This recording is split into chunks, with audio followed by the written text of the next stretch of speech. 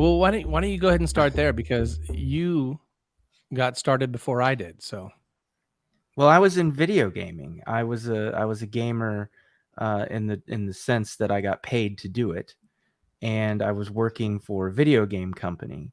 And so, I was afraid of cars when I was in my early teens. I was in a relatively unpleasant accident with my dad in Illinois, and I didn't even want a driver's license when I was 16. But then when I became interested in getting around, it became a little bit more practical. But in the video game business, all of the big game developers of the late 90s were all huge car guys. Like my heroes had Ferraris and Lamborghinis and turbo Porsches and different things like that. And I wanted to be like them, so I wanted to be into cars. But the thing was, I didn't make millions of dollars a year like them, so I obviously had to be Split a the little bit. baby. I was more of a Mitsubishi budget than I was that budget at the time. So all yeah, right, that's kind of Dan. how I So got started. Dan Hammonds, you start right there. You go from there, from that first Mitsubishi pickup. What happened? So I was working in the tech industry because I decided the video game industry was a little bit too much work and quite not enough pay unless you were one of the rock stars. And I found that I could make a lot more money and probably actually end up working more, but make a lot more money doing generalized tech. So I went more in that direction, and I found myself in the middle of a tech recession after having just had a race car built. So I thought to myself, well, I'm going to go racing. So I spent, a better part of a year traveling around the country to different drag strips, drag racing, IDRC, NOPE, and NHRA Sport Compact even at the time. Nope. That brings NOPE. back memories. Yeah. Yeah. So I always wanted something fast was the upshot of it. And, I had time. I was young. I was single. We'd travel all over the country, drive 2,000 miles, cook, food on the intake or exhaust manifolds of the truck and, all kinds of stuff like that. And it was a lot of fun. But then the time came that I finally had to get another job again, so I went back to work, but that love for racing kind of stayed with me after that, and eventually I went to Tony Palo's shop in the Dallas area back before he was into GTRs. In fact, he had just gotten his GTR in the last month or two, and I was all excited by this point. I had a Mitsubishi Evo 9. I loved it. I thought it was the greatest thing ever. And Tony's like, "Hey, why don't I take you out real quick and show you what this GTR can do?" So we go out on the 6-lane road there. He blasts it, not very fast, within the legal speed limits, and made a U-turn, came back to the shop, and I mean, that was it. That was it. What year was this? Oh, that was probably 2007. And So it wasn't. It was not the R35. it was 2008, maybe. Yeah, it was an Okay. R35. It's So it was actually the car that became the race car at Caddo at Texas okay. Invitational. It was black originally, Mm. and yeah, I called up my wife, now wife. We weren't married yet, and I told her, I said, I have 3 letters for you, GTR. And she didn't like that very much. She didn't think that was what she wanted me to do. I don't know. She has her own ideas about cars, right? So, but what I really truly did want was a 911 turbo. And so she looks at me and she says, and this was still a little while later, we were married by this point. She says, you might as well just get the 911 turbo if you're going to get a GTR, because then you won't want to mod it. Then you can just drive it stock. Of course. You have Famous last words. And I was thinking to myself, that's probably unlikely, but I'm not going to mess this up. So yeah, I went out and got the red 911 turbo. About 2011, I've had it since then. That's about when I met you, Dan. Yeah, probably right around that time. Yeah. I was doing the, my standard way of not listening to anybody and doing what I want to do to make the car faster. So you immediately, what'd you do? Flash it? What was the first thing you did? I put an exhaust on the car, which I think is the same thing everybody does. And, I didn't want a loud car, so of course I got the loudest exhaust I could find, and I drove it around the house just to test it out. And actually, I put it on myself. That's scary enough.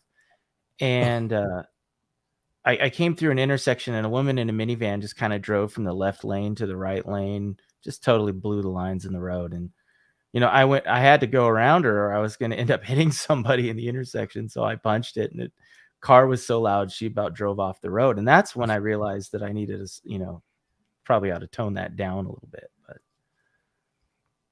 I really like that setup. I went to a E85 tune because at the time in 2011ish, nobody was really doing that in the Porsche world. The only one was this crazy tuner in Arkansas, Protomotive.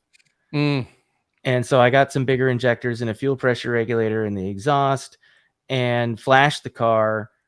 And I think it dynoed just over 500 to the tires like that. And it was so much fun. I had no idea. What I was doing. 2011, 500 to the wheels. That's pretty good. That's real good. And then went ahead and put some 68 millimeter VTGs on the car and messed it all up. So actually had what I refer to as a foreign unknown car niblet enter the intake manifold. That's a FUCK for those that missed the reference. Niblet. And it took out cylinders, I want to say 3 and 4. So I had to rebuild the engine. And then, I was sad for 2 or 3 days maybe. And I was just kind of moping around the house. And my wife looks at me and she says, just go do what you're going to do with it. Silver lining. Right. So I sent the engine to John Bray and at the time Evo MS, now Evo Spec. Went ahead and found Wayne Potts, got the standalone ECU, the Syvex going.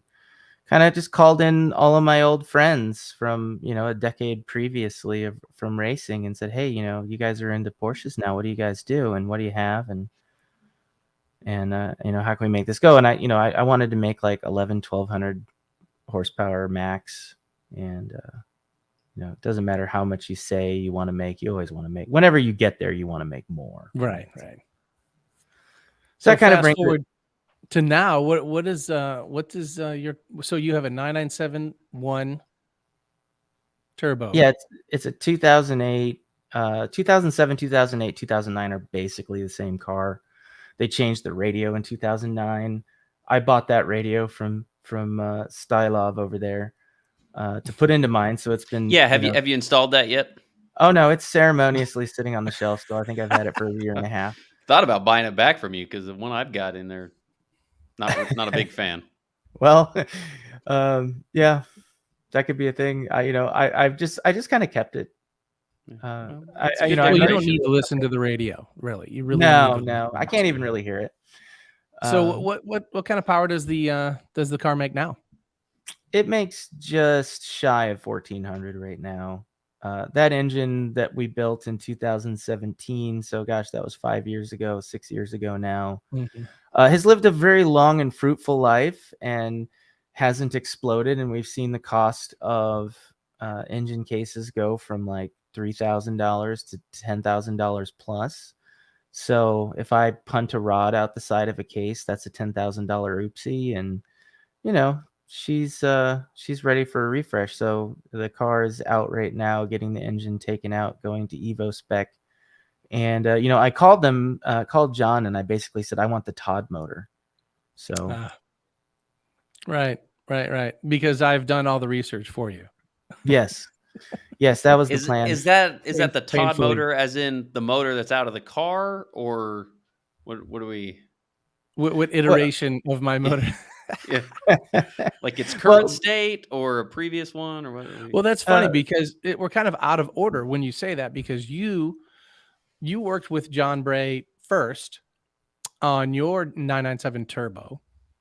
I got into the game with him in 2016 when I bought the car. 997-1 GT3 was already built with turbos that had added turbos previous owner, and then we just proceeded to crank it up and test new parts and motors, and it's kind of a developmental thing with John and I. So I'm kind of a guinea pig. So he puts in, he'll try something new.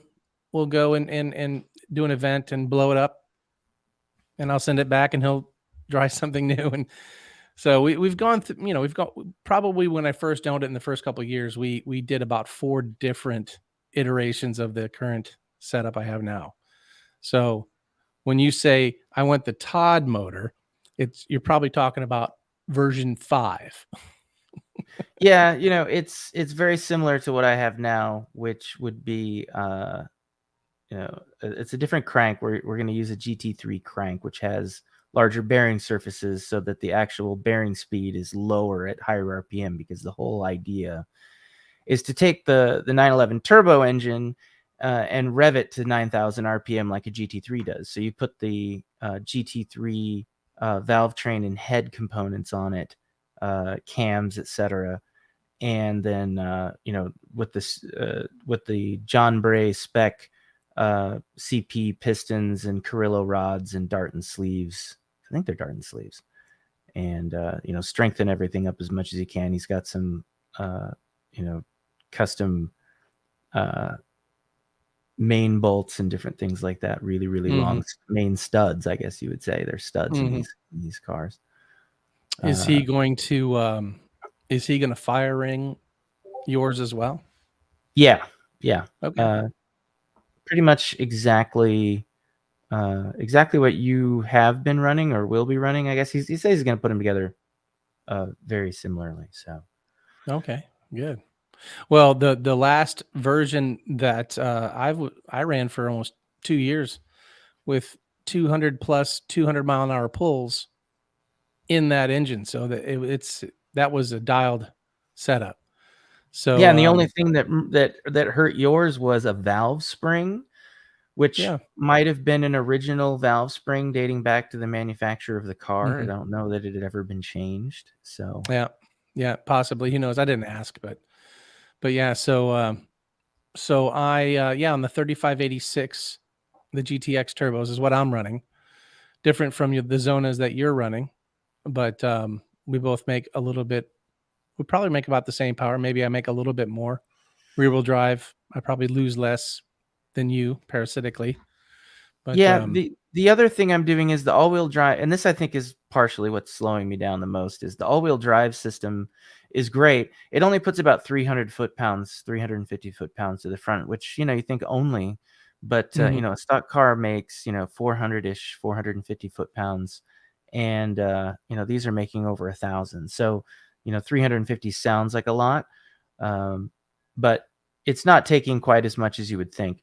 Although it certainly helps. The car doesn't torque steer or anything like that, but it goes pretty straight. But the gearing in it is the shortcoming. Is my first gear ends around 40 miles an hour. I'd have to look at the spreadsheet to see, but depending on the tire. But it's first happens so quick, second happens so quick. It's hard to get the car loaded up, get it into boost, get it moving, and then make that gear transition 1-2 on the manual trans and keep all that energy moving forward. Keep the turbo spinning, keep everything moving.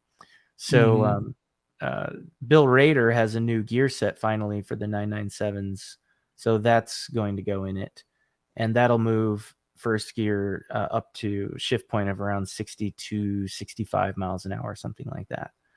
So it'll make it a little bit easier to get it off the line, get it shifted into second and go. And I noticed that's great. I noticed that going from the smaller turbos, which were more like the 1,000 to 1,100 range, into the bigger ones, that the car just doesn't come up as quick on shifts and recover as well as on the RPM drop. So hoping that'll make a pretty positive difference. And this is a first. There hasn't been any new gear sets for the 997 stock gearbox, turbo gearbox. So this is kind of this is cool. This is cool for guys like you. I mean, I have a 996 GT3 gearbox that has, different ratios, different gear ratios that I've been running since 16. So yeah, you and I do have a different gearbox. I'm geared pretty short. I'm geared for the half mile. So I gear out at 217 currently with my gearbox. Yeah, so mine gears out at 227, but that's at 7,600, 7,700 RPM. Mm-hmm. And so with the new gearing, it'll be quite a lot faster top speed, but I'll cross in fifth more than likely, unless we're going 230 miles an hour, in which case. Yeah, well, us manual boys, we need to stick together. We can control what gear we're in, right, Taylor? Unlike you. Yeah, I mean, I'm just kind of like the greenie of the group. I'm lucky that I'm even here because I've got kind of the redheaded stepchild of the 997s. This is a 997.2 with a PDK. And you blame us really for getting you to where you are, right? I mean, because I'm always looking for credit. You're blaming us. I'm always looking for somebody to blame, right? Like, so that's a thing. But my love for cars stemmed way back from, man, when I was 14 years old, and my dad said he was going to buy me a piece of garbage for my first car, and I said, no, you're not. And so that was kind of, I always spent all my money on the car from when I was young, and that meant I had to figure out how to fix it. So, I wrenched on my cars forever. And I mean, I always had aspirations to race. I had a Fox Body Mustang, like at the end of high school, where I'd take it to an 8th mile track and we do bracket racing. And I don't even want to tell you what bracket I was in the 8th mile because it's nothing. I mean, Toyota Camrys are out there running faster than that now.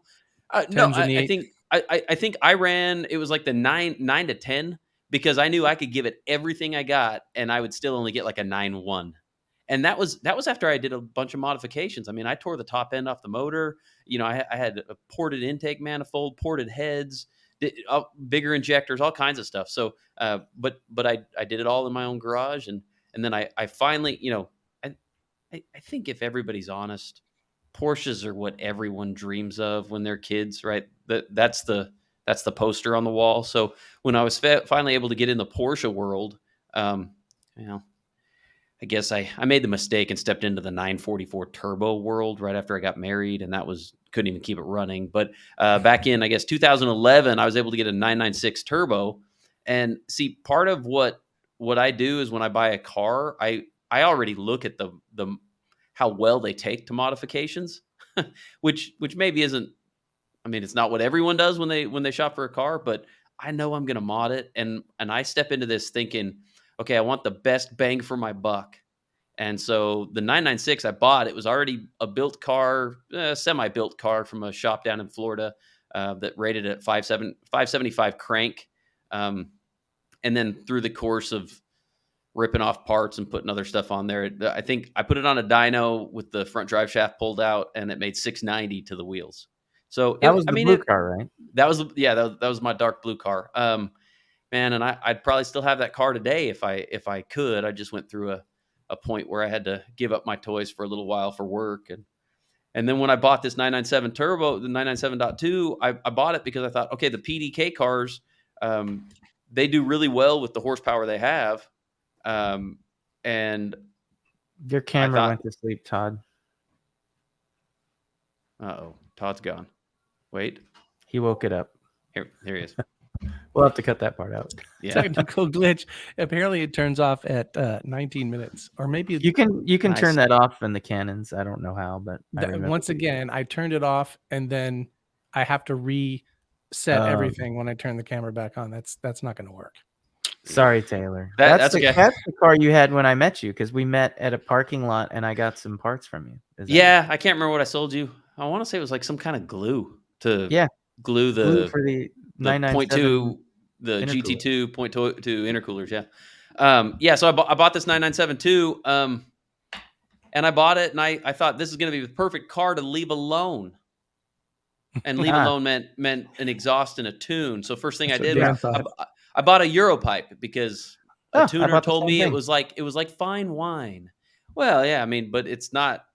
I guess I need more out of a car than what the Europipe gave me. I mean, it sounded good, but it wasn't loud by any means. And I put a tune on the car that was pretty marginal. I mean, it wasn't fast. And then I met this guy that, you know, was a parts distributor and got me a couple deals on some parts. And so I took it to the next level. And then and the thing is one of the agreements I had with my wife was I wasn't going to work on the 997.2. That was going to be, I was going to let shops do the work. And, you know, shops, sometimes they don't like customers like me because I get really excited and involved and I want to ask a million questions. And so I think one shop I was considering when I was going to take this car to the next level, I think that was, I'm not sure if they thought I wasn't a serious contender or if I was just too much of a headache, whatever. And then I started talking to you guys and got referred down to Driver Source. And so we, you know, ended up with a slippery slope build, and now I'm out there doing half-mile events, something that I always wanted to do, a runway event, even with my 996, and that was back in the days where there was a series, it was Runway Rivalry for a little while. But I never did that, and now here we are. You did Runway Rivalry? No, I didn't. I wanted to. Oh. But, you know, that was... So, I mean, I felt pretty good when I was, and originally, right, I was like, yeah, I just want it to be like, you know, just at about 1,000 horsepower, 900 to 1,000 horsepower. The problem with the 0.2s is there's so many limits that you reach at that point that you either have to go all in or just stick where you're at. Mm-hmm. So, of course, I went all in. All in. Fuel systems out of gas, so to speak. Yeah, you run out of turbos, you run out of gas, you run out of PDK clutches and the motor pretty in all a little window. It's almost like they engineered it. Almost.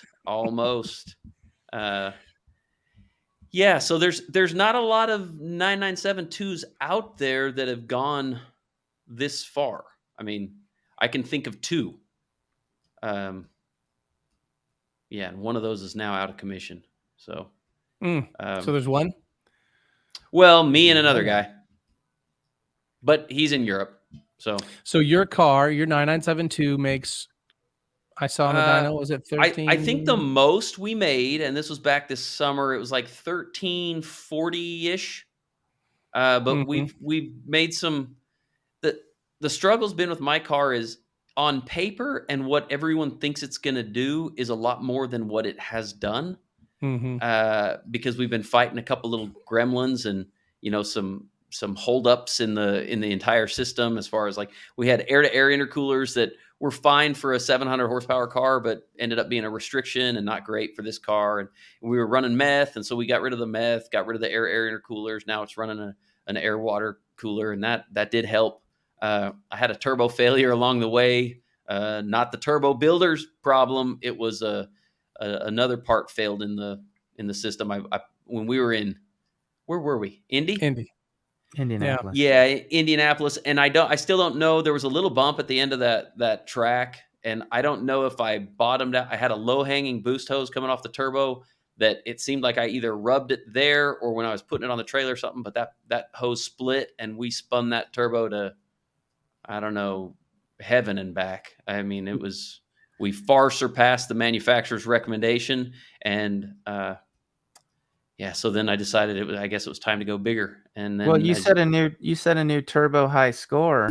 I did. I didn't. I mean, I've joked about it. I've said, you know, I knew I wasn't going to win the fastest pass of the weekend, so I figured I'd win the fastest turbo speed of the weekend. And so that's kind of, you know, gotta take the wins. You gotta where win they come something. up. Yeah. The reason that happened is because the hose split, right? Yep. So instead of compressing the air in your intake manifold, I tried to compress all the air everywhere. You tried to compress Indiana. Yeah.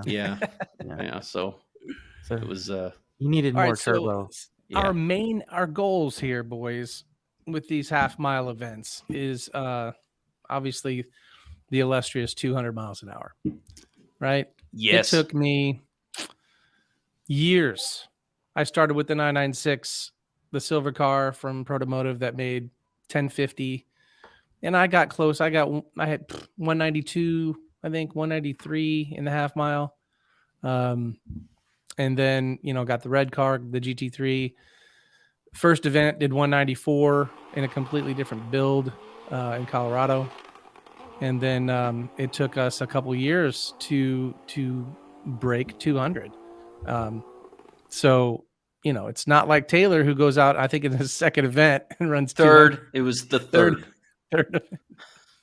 Well, then you can thank us for the pioneering we've been done. But yeah, so seriously, that's it. It really is. It's an achievement to take a car to 200 miles an hour from a dead stop in 26. Yeah, and you know what? That's an achievement that I'm not sure that people that don't do half mile racing, I don't think they completely understand what that means, right? Like, you talk to a lot of people that have fast cars. Granted, they have fast cars, but they say, "Oh yeah, my car will do 200," and we see that exact car with a very similar build doing 170s, maybe low 180s. So I Right. think the 200 mile an 160s. hour club, there's Mhm. it's not a big club.